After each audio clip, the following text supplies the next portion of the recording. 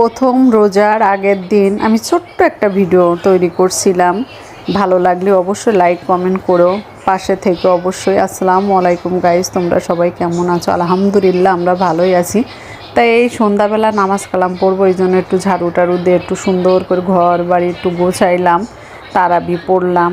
এবার চিন্তা করতেছি আল্লাহ একটু বেশি বেশি করে আল্লাহর ইবাদতটা যেন করতে পারি, এই জন্য সবসময় চেষ্টা করতেছি। আর আলহামদুলিল্লাহ আমার মেয়েও আমার সাথে সাথে নামাজ পড়ে এবং সবসময় নামাজের যায়, নামাজটাও বিছাই। তো আমি যদি কোরআন শরীফ পড়ি তো ওর পড়াটা ও নিজে নিজে এসে আমার সাথে বসে বসে পড়ার চেষ্টা করে। আমার তো কি ভাল লাগছে, মনে হয় আসলে আমার মনে হয় কি জানো, সন্তান হইলে মনে হয় সেই ছোটোবেলার দিনে ফিরে যাই যে আমি কি করছিলাম।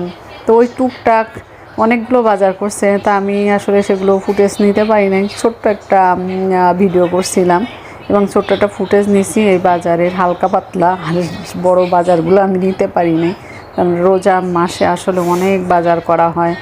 সংসার একটা আজব, সারাক্ষণ এইটা ওইটা সেইটা অনেক কিছু লাগে সংসারে।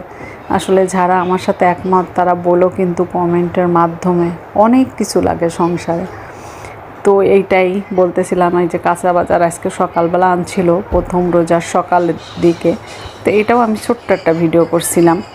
আর অনেক কিছু কিনছি, সেটা আর ভিডিও করতে পারলাম না। তা অবশ্যই পাশে থাইকো তোমরা আমার, যদি ভালো লাগে আমার ভিডিও। এই যে শাক রান্না করছিলাম, আমি তো আল্লাহ 30 দিনই শাক রান্না করি, আমার ঘরে শাক খাইতেই হইব। তারপরে এই যে মিষ্টি কুমড়া দিয়ে ইলিশ মাছ। খোদা হাফেজ।